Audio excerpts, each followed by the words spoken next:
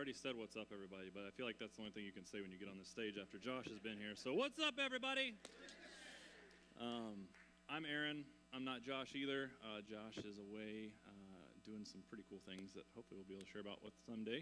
But I get the privilege of leading our Next Gen team here at Movement, and so that means I work with our kids and students and all the leaders that lead them, and so I can never get on this stage without saying they are awesome, and you guys should appreciate them and what they do as they're up there with your kids right now. And Sunday nights at Student Movers, they show up every week, and they serve, and they love on your kids and students, and they're just incredible leaders, and we are very lucky to have them. So when you pick up your kids or your students, always say thank you because they're awesome.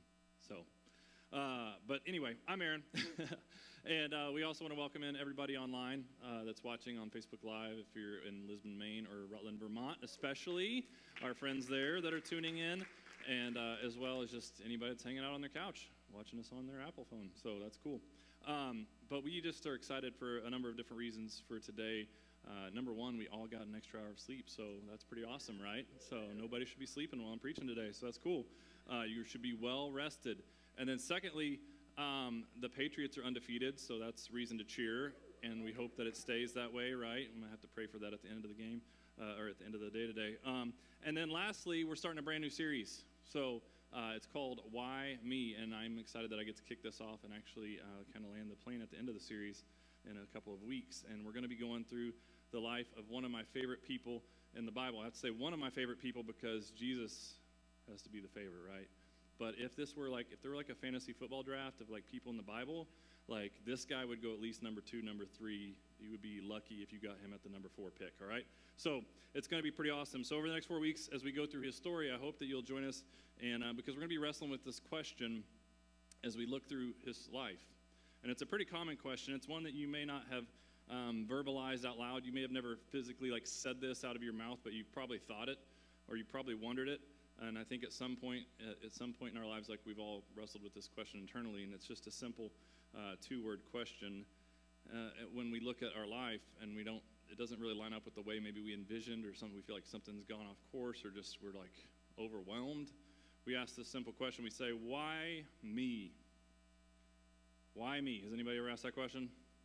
Why me? And the interesting thing about this question is that it's really just kind of a root question. Usually there's a follow-up why me question. There's a lot of follow-up why me questions because the initial why me question is just kind of like a check engine light that comes on that's like, hey, something's not right. Like I don't feel too good about the way my life is going. So it usually leads to other why me questions, like why is this happening to me? Why is this thing happening to me? Why am I in this situation? Like how did this even happen? Why do I feel stuck?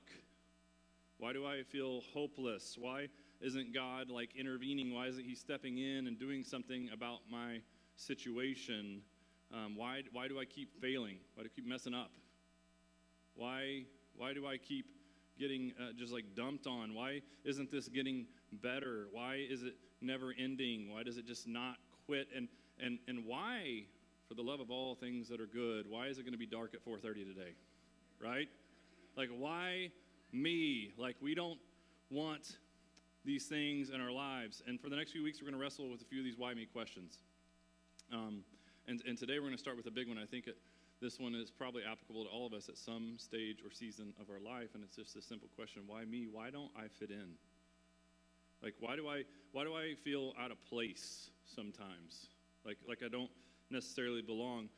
Chances are, if you've lived on this planet for any amount of time, whether it's a situation or a season or maybe a prolonged time in your life, you've experienced this feeling of not feeling like you quite fit in, like you're maybe a little bit on the outside of something looking in, where you feel like you're the odd one out, where one of these things is not like the other, and you're that thing, right? And that's a terrible feeling to feel like you're on the outside looking in. I was thinking about my life, like probably a handful of times where I felt this way, where I just felt like I was kind of out of place, and I didn't really fit in. The first one I didn't really notice, I think, and I had been there for a while, but I didn't notice till I was older, like around 5th grade, because when you're a kid, you're kind of carefree. You don't really notice a lot of things. But we lived in Little Rock, Arkansas, and we lived on the north side of town, which was kind of a more urban, poverty-stricken area, actually, at that time. And about 5th grade, I kind of looked up and realized, hey, I'm the only Caucasian kid in my class. And I started to kind of feel out of place. And I didn't really notice the first few years I went to that elementary school, but like I was the only white kid in my class. And I really started to kind of take notice, because actually, this isn't a good thing. I guess God saved me from some things. But in 5th grade, kids in my class actually started joining gangs. And I didn't get asked to join any gangs. And I'm like, that's interesting. So, confession, I never joined the Crips or the Bloods. I stayed out of the gang life, which is pretty cool. So, but I felt out of place because everybody else in my circle was kind of doing other things. And then my junior year of high school, we moved to a much more rural area of Arkansas, Murfreesboro, Arkansas, which none of you have probably ever been to. It is the only place in the U.S. where you can go dig for diamonds. So, and if you find one, you get to keep it. So there's that. You can plan your next vacation there. There's 1,700 people that live in this town. And so the school was so small that we were all in one big school, like pretty much elementary through high school. There was 30 kids in my graduating class.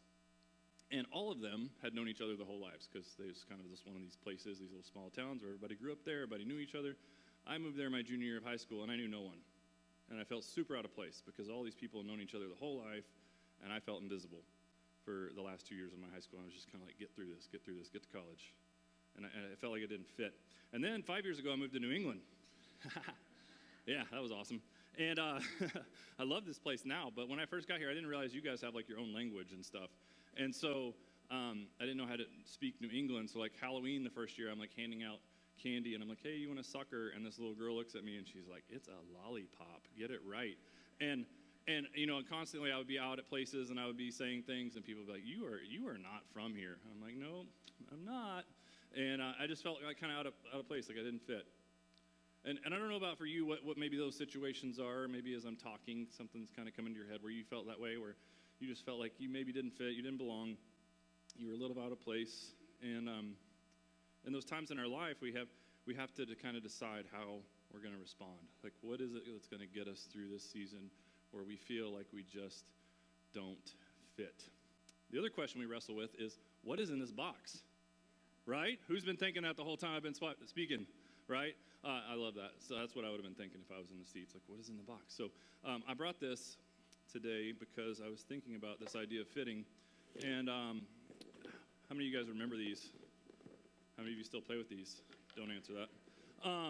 So I was thinking about this idea of fitting, and for some reason this image came to my mind when I was thinking about this message, because when my son was a toddler, he used to play with one of these. It was a little different. It was a plastic one. And you pulled it apart, remember, and then all the pieces dumped out. Those are awesome. And some of you guys want to come play with this right now, don't you? After service, I'll let you play with it, I promise. But he would play with this when he was a little kid, and it was interesting to watch as he kind of grew into his developmental stages, like how he would approach solving this problem. How would he approach fitting the pieces of the puzzle into the middle? Right, and so he had 5 tactics at least that I observed over the few years that he played with this toy, and I just want to talk about a few of those. The first one is he had this tactic where he would just force it, right? When he was little and he didn't understand the concept of shapes, right, and he knew this piece had to go in there, he would just kind of like push it, you know, and he would just like, you know, hammer it in. He would go get his little toy hammer and just wail on it until he could get that thing inside. He would just use brute force. He probably broke some edges off the pieces and kind of made them a different shape than what they originally should have been in order to get them in the middle. And he didn't really care how they got in there as long as they got in there, right? So he just would force it in there. The second tactic he would use is to just kind of wing it, is what I would call this tactic, where he discovered that some of the shapes, like they were like maybe smaller than some of the openings, and even though that shape wasn't like designed to fit that opening, he could like maneuver it or manipulate it a little bit and kind of twist it just right or put it in the right spot, and that piece would still go in. And so he kind of tricked the system, right? And he would kind of manipulate it to get it in there. The third tactic that he used sometimes was to just quit. which was pretty common tactic early on. Like he was a toddler, he was young, he didn't understand it, and he would try to force it, and he would manipulate the pieces that he could manipulate, but ultimately there were still pieces that just didn't fit. And so after a while, in his little mind, he would just come to this conclusion that this is unsolvable, right? And then since it was unsolvable, he would just like have a meltdown, right? Anybody have toddlers that just have a meltdown because they can't figure it out? And he would pound his little fists on the ground, and he would scream, and he would shout, and he would cry, and he would just have a complete meltdown, and then he wouldn't play with it for a while again. The next tactic he used sometimes is that, and this took more experience and practice, but he would keep at it. Eventually, he learned that if he had patience and determination and perseverance, he could just keep trying every shape to every hole, and eventually he would find the right fit, and eventually it would go in.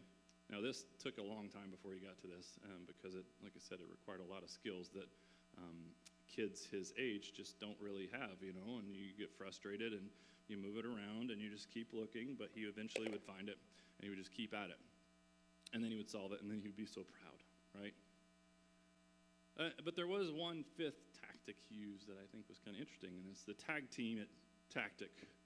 And this was my favorite tactic because this is when he realized that, hey, I don't have to do this by myself. And he would get up, and he would take his piece, and he would come over to wherever I was at, and he would just put it in my hands.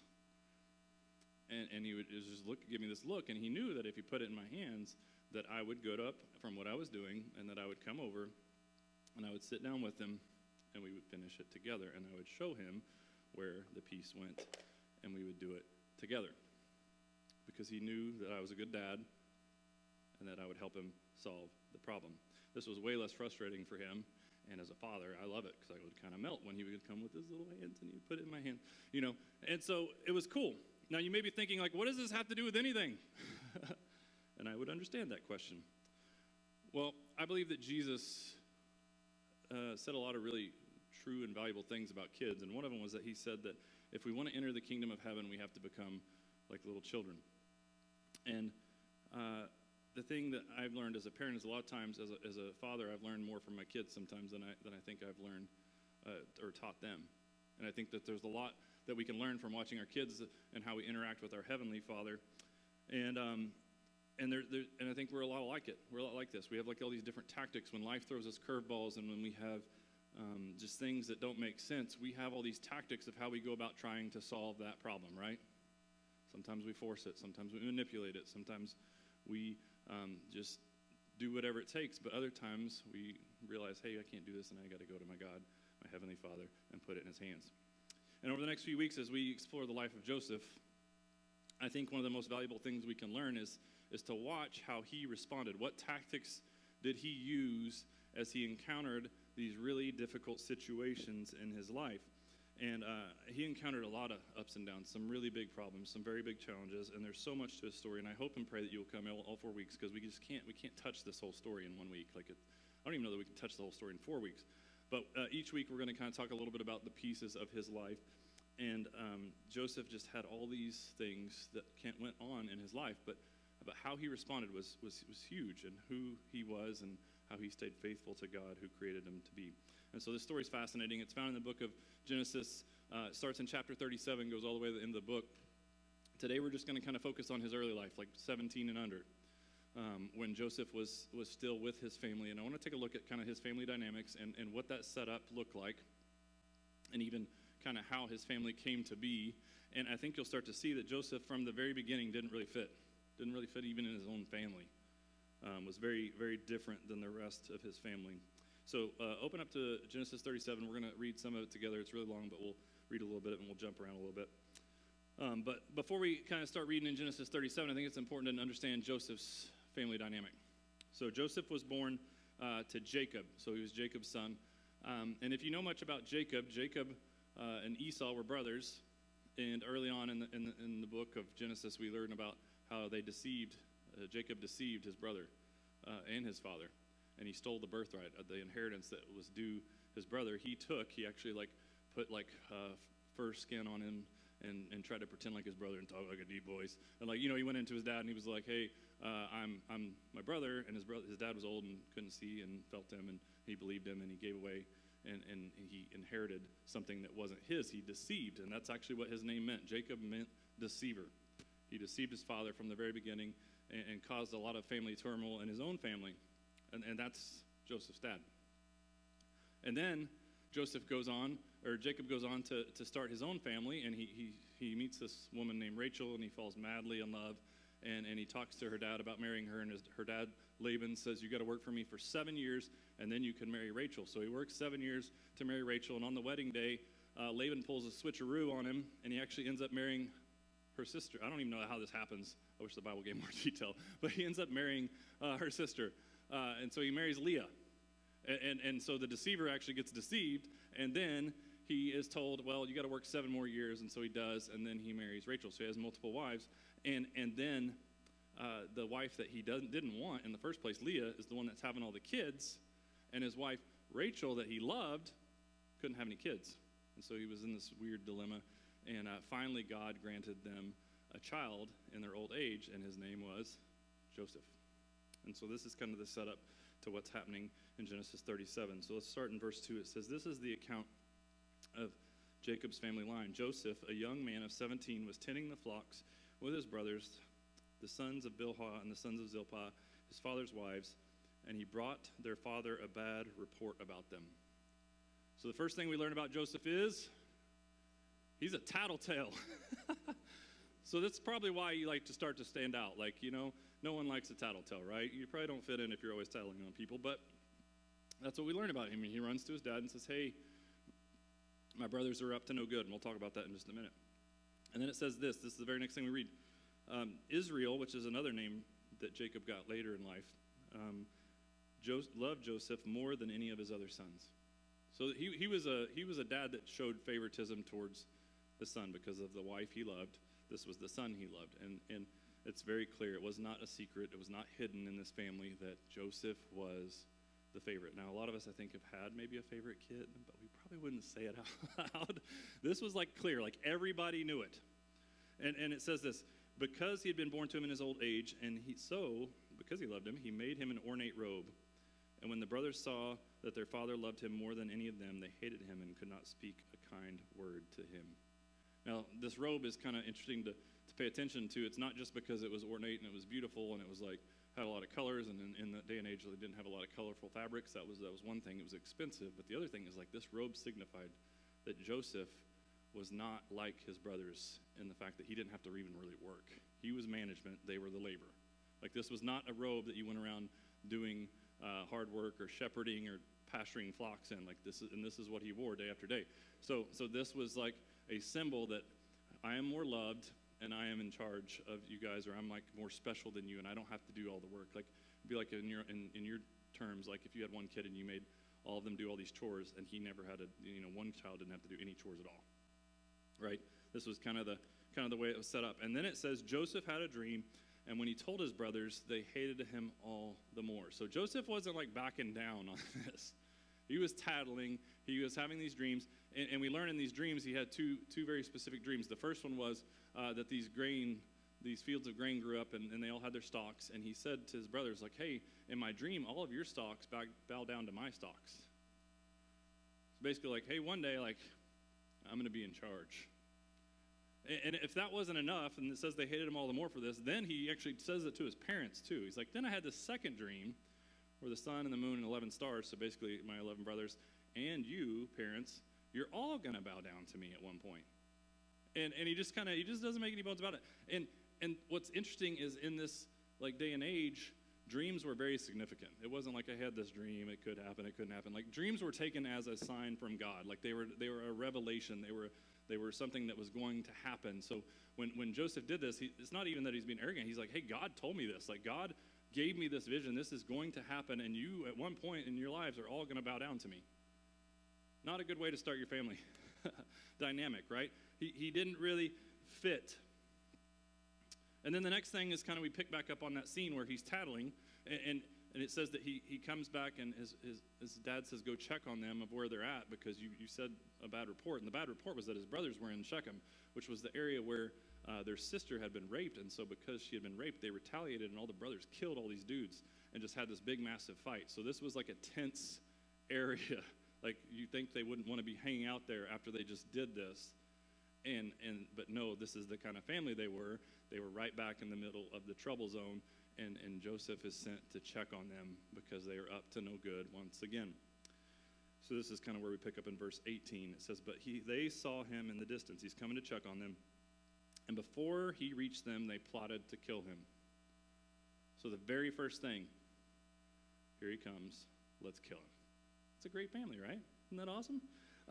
Here comes that dreamer. They said to each other, come now, let's kill him and throw him into one of these cisterns and say that a ferocious animal devoured him, and then we'll see what comes of his dream. When Reuben heard this, he tried to rescue them from their hands, saying, let's not take his life. He said, don't shed any blood. Throw him into this cistern in the wilderness, but don't lay a hand on him.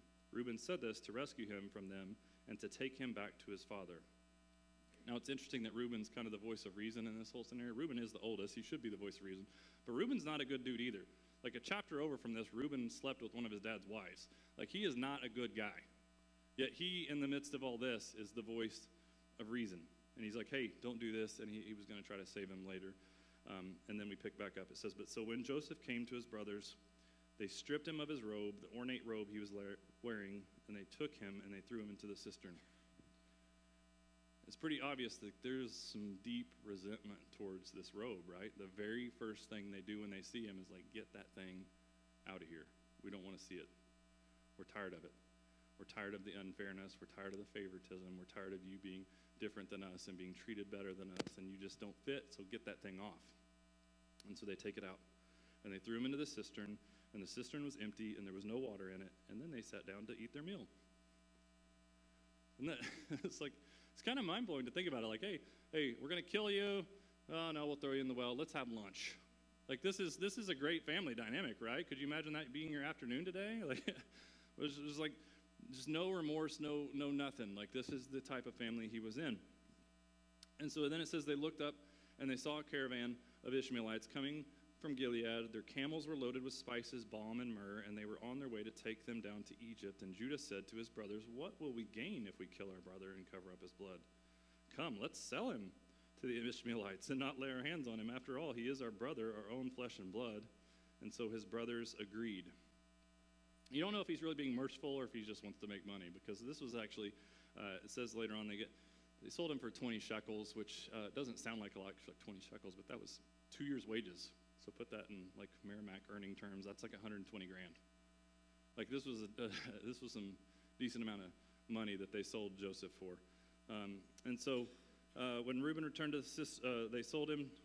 When the merchants came by, the brothers pulled Joseph out of the cistern and sold him for 20 shekels of silver to the Ishmaelites, who took him to Egypt. And when Reuben returned to the cistern and saw that Joseph was not there, he tore his clothes, and he went back to his brothers and said, the boy isn't here. Where can I turn now? So they're not even communicating to each other. Some of the brothers have gone rogue at this point, and they are like doing their own thing, and it's just chaos. And then they got Joseph's robe, and they slaughtered the goat, and they dipped the blood in it. And they took the ornate robe back to their father and said, we found this. Examine it to see whether it is your son's robe. And he recognized it, and he said, it is my son's robe. Some ferocious animal must have devoured him. Joseph has surely been torn to many pieces. And he tore his clothes, and he put on sackcloth, and he mourned for his son for many days. And all of his sons and daughters came to comfort him, but he refused to be comforted. No, he said, I will continue to mourn until I join my son in the grave. So the father wept for him. Imagine where you're at. Like, put yourself in Joseph's shoes. You're 17. You're hated by the majority of your family. Your family is totally divided and torn. They don't even know what's going on. It's just pure chaos. You've been thrown in a well. Then you're pulled out of the well. Then you're sold to a foreign land. Your father, the only person that loves you in the world, that you think at least, doesn't even realize that you're alive. He thinks you're dead. And you're about to be taken off to a foreign country where you know no one, and not the place you probably pictured yourself to be, right, at 17, especially for Joseph. And I'm sure that in that moment, Joseph was asking this question, like, why me? Like, what are you doing, God? I didn't fit in this family. Now I'm going to this foreign country. Like, I don't know what's going to happen to me. Like, why me? And I really do wish we had the time to go through the entire story today, and I would love to. I mean, we do have an extra hour. Maybe I could just keep talking. You guys cool with that? No? Okay. We'll finish it later. But I wish we had the time, but because I wish we could see the whole story now, and I hope you'll read ahead a little bit, maybe give you a little sneak peek, but we'll talk about it over the next 3 weeks. But as you look throughout the rest of Joseph's life, like this was just the beginning of a whole series of challenges, of just ups and downs, one setback after the other. And the thing that I love about this story of Joseph is that as we look at it, we start to see that he responds to differently than probably a lot of us would. His tactics to kind of fitting in or to solving the problem are probably different than the ones that we would try. And I think there's so much that we can learn from him as we look and watch how he responds to these different situations. Because the reality is that each and every one of us are going to experience hard times. But it's how we respond to those times that really sets the course and direction of our life. And Joseph handled this amazingly. So here's a few things I think we can learn just out of the gate from Joseph. The first one is this. When you feel like you don't fit, don't be something you're not. It can be really tempting, I think, when we don't fit, to try to compromise who we are, to try to manipulate or to maneuver or to try to fit into something that wasn't really made for us. And the thing that I love about Joseph is that he didn't really do that. He was just who he was. He didn't take this, I mean, he knew this coat was causing division in his family. He knew this coat set him apart. He didn't like hide it in a closet and wear regular clothes and go try to hang out in the fields with his brother. He didn't try to be something he was not. He was who he was. And he was proud of it. And then when he gets these dreams and these visions from God, he didn't keep those to himself. He didn't make that a private thing. No, he like proclaimed them very proudly to his parents and to his brothers and said, hey, God put this on my heart, and I really believe God's going to do this.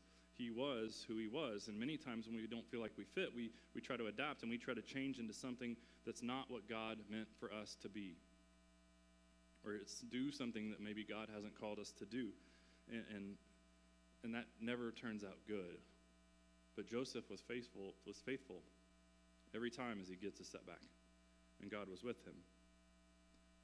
A few weeks ago, I got to go to a conference in Atlanta, and I got to hear this interview with Charles Stanley. I don't know if you're familiar with him, but he's getting older, but he is a very famous preacher. And at one point in his life, I think he was on the radio in every country, every hour of every day or something like that, something like crazy, like preached to like tons of people.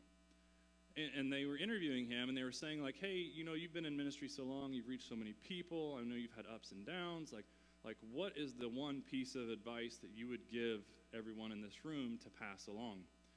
And he said this, he said, obey God and leave the consequences to him.